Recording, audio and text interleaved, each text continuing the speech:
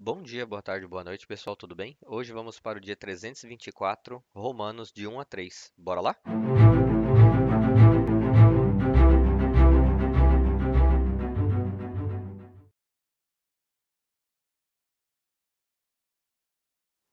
Romanos 1.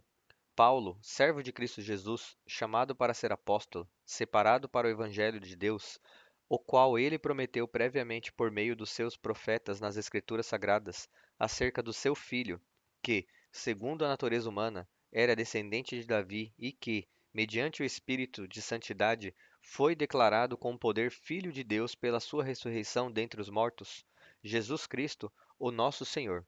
Por meio dele, recebemos graça e apostolado para chamar todos os gentios à obediência da fé por causa do seu nome.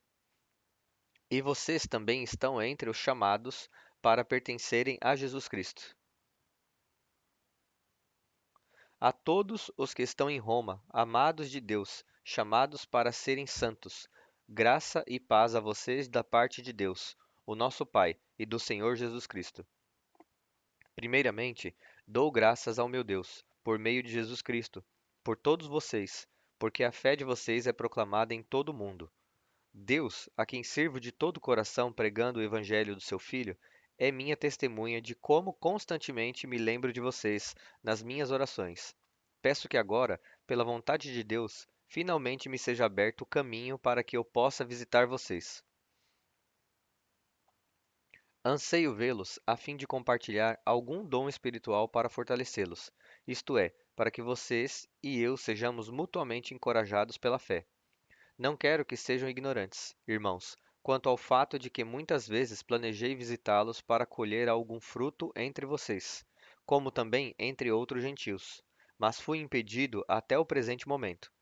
Sou devedor tanto a gregos como a bárbaros, tanto a sábios como a ignorantes. Por isso, estou disposto a pregar o evangelho também a vocês que estão em Roma. Não me envergonho do evangelho, porque é o poder de Deus para a salvação de todo aquele que crê, primeiro do judeu e depois do grego, porque no evangelho é revelada a justiça de Deus, uma justiça que do princípio ao fim é pela fé, como está escrito: o justo viverá pela fé. Portanto, a ira de Deus é revelada dos céus contra toda impiedade e injustiça dos homens que suprimem a verdade pela injustiça, pois o que de Deus se pode conhecer é revelado entre eles, porque Deus lhes revelou.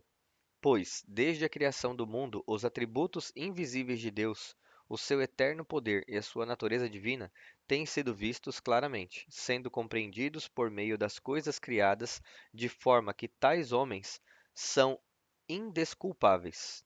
Porque, tendo conhecido a Deus, não o glorificaram como Deus, nem lhe renderam graças. Pelo contrário, os seus pensamentos tornaram-se fúteis, e o coração insensato deles se obscureceu. Embora eles afirmem ser sábios, tornaram-se tolos e trocaram a glória do Deus imortal por imagens feitas à semelhança do homem mortal, bem como de aves, quadrúpedes e répteis. Por isso, Deus os entregou à impureza sexual, aos desejos do coração deles, para desonrarem o corpo deles entre si. Trocaram a verdade de Deus pela mentira, adorando e servindo a criatura, em lugar do Criador, que é bendito para sempre. Amém. Por causa disso, Deus os entregou a paixões vergonhosas. Até as mulheres trocaram a relação sexual natural por outra contrária à natureza. Da mesma forma, os homens também, tendo deixado a relação sexual natural com a mulher, se inflamaram em desejo uns pelos outros. Homens com homens cometeram atos vergonhosos e receberam em si mesmos o castigo merecido pela sua perversão. Além do mais, visto que desprezaram o conhecimento de Deus, o próprio Deus os entregou a uma disposição mental reprovável, para praticarem o que não deviam.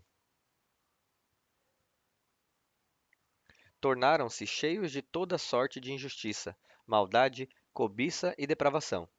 Estão cheios de inveja, homicídio, rivalidades, engano e malícia. São bisbilhoteiros, caluniadores, inimigos de Deus, insolentes, arrogantes e presunçosos. inventam maneiras de praticar o mal, desobedecem aos pais, são insensatos, desleais, insensíveis, sem misericórdia.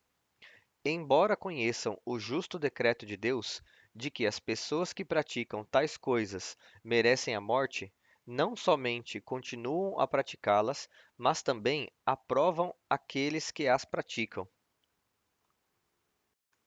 Romanos 2. Portanto, você que julga os outros é indesculpável, pois condena a você mesmo naquilo que julga, visto que você, que julga, pratica as mesmas coisas.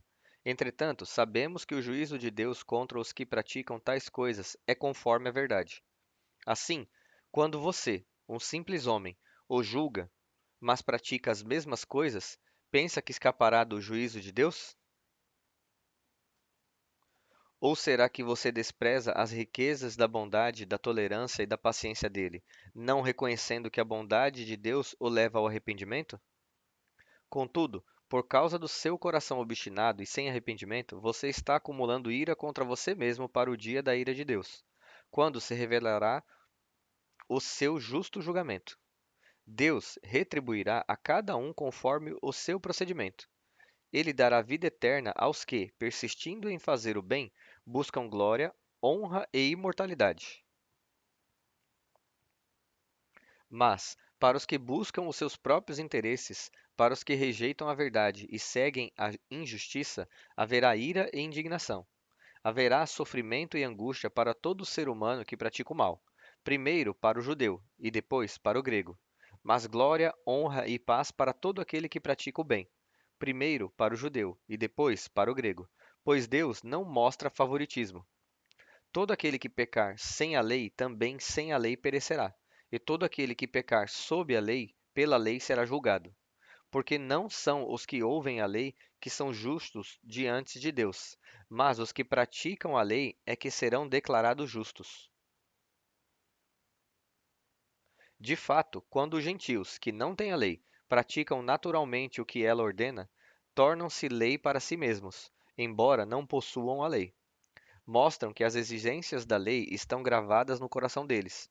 Disso dão testemunho também a sua consciência e os pensamentos deles, ora acusando-os, ora defendendo-os. Isso tudo se verá no dia em que Deus julgar os segredos dos homens, por meio de Jesus Cristo, conforme o meu evangelho declara. Agora, se você se diz judeu, apoia-se na lei e orgulha-se de Deus. Se você conhece a vontade dele e aprova o que é superior, porque é instruído pela lei. Se você está convencido de que é um guia de cegos, luz para os que estão em trevas, instrutor de insensatos, mestre de crianças, tendo na lei a forma do conhecimento e da verdade, então, você, que ensina os outros, não ensina você mesmo? Você, que prega contra o roubo, rouba?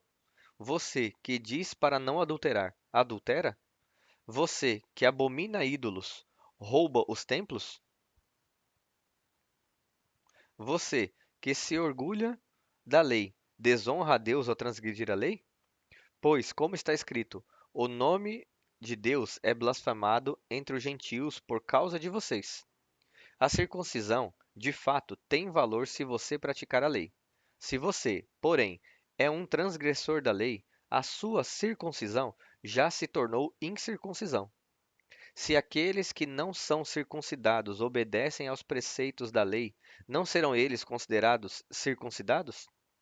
Aquele que é incircunciso por natureza, cumprindo a lei, condenará você, que, tendo a lei escrita e a circuncisão, é transgressor da lei.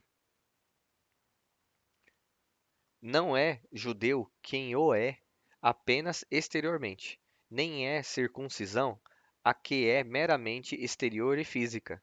Não, judeu é quem o é interiormente, e circuncisão é a do coração, pelo Espírito, não pela lei escrita. Tal pessoa não recebe louvor dos homens, mas de Deus. Romanos 3. Que vantagem há, então, em ser judeu, ou que valor há na circuncisão? Muita, em todos os sentidos. Em primeiro lugar, porque aos judeus foram confiadas as palavras de Deus. Quem importa se alguns deles não creram? A incredulidade deles anulará a fidelidade de Deus? De maneira nenhuma. Seja Deus verdadeiro e todo homem mentiroso, como está escrito: para que sejas justificado nas tuas palavras e prevaleças quando fores julgado. Mas, se a nossa justiça revela a justiça de Deus, que diremos? Que Deus é injusto por aplicar a sua ira? Falo em termos humanos. De maneira nenhuma. Se fosse assim, como Deus poderia julgar o mundo? Contudo, se por meio da minha mentira a verdade de Deus se mostrou supremamente grande para a sua glória, por que, então, sou condenado como pecador? Por que não dizer como alguns caluniosamente afirmam que dizemos: façamos o mal para que nos venha o bem? A condenação deles é justa. Que concluiremos então? Temos alguma vantagem? De maneira nenhuma. Já demonstramos que ambos, judeus e gregos, estão todos debaixo do pecado, como está escrito: não há nenhum justo, nem um sequer. Não há ninguém que entenda, ninguém que busque a Deus. Todos se desviaram, tornaram-se juntamente inúteis. Não há ninguém que faça o bem, não há nenhum sequer. A garganta deles é um túmulo aberto, com a língua enganam. Veneno de víbora está nos seus lábios. A boca deles está cheia de maldição e amargura. Os pés deles são ágeis para derramar sangue. Ruína e miséria marcam os seus caminhos, e não conhecem o caminho da paz. Não há temor a Deus diante dos seus olhos. Sabemos, pois, que tudo quanto a lei diz, ela o diz àqueles que estão debaixo da lei, para que toda boca se cale e o mundo todo esteja sob o juízo de Deus. Portanto, ninguém será declarado justo diante dele pelas obras da lei, pois por meio da lei nos tornamos conscientes do pecado. Agora, porém, se manifestou uma justiça que provém de Deus, independentemente da lei, da qual testemunham a lei e os profetas. Justiça de Deus mediante a fé em Jesus Cristo para todos os que creem. Não há distinção, pois todos pecaram e estão destituídos da glória de Deus, sendo justificados gratuitamente por sua graça, por meio da redenção que há em Cristo Jesus. Deus o ofereceu como sacrifício para expiação pelo seu sangue, para ser recebido pela fé, de forma a demonstrar sua justiça. Isso porque, na sua tolerância, deixou impunes os pecados anteriormente cometidos. Todavia, no presente, Deus demonstrou a sua justiça, a fim de ser justo e justificador daquele que tem fé em Deus. Onde está, então, o motivo de vanglória? Foi excluído. Baseado em que princípio? Na lei das obras? Não, mas no princípio da fé. Concluímos, pois, que o homem é justificado pela fé, independentemente das obras da lei. Deus é Deus somente dos judeus? Ele não é também o Deus dos gentios? Sim, dos gentios também, visto que existe um só Deus, que pela fé justificará os circuncisos e os incircuncisos. Anulamos, então, a lei pela fé? De maneira nenhuma. Ao contrário, confirmamos a lei. Bom, pessoal, chegamos ao fim de mais um dia. Eu espero ver vocês amanhã aqui novamente e que Deus abençoe a cada um de vocês.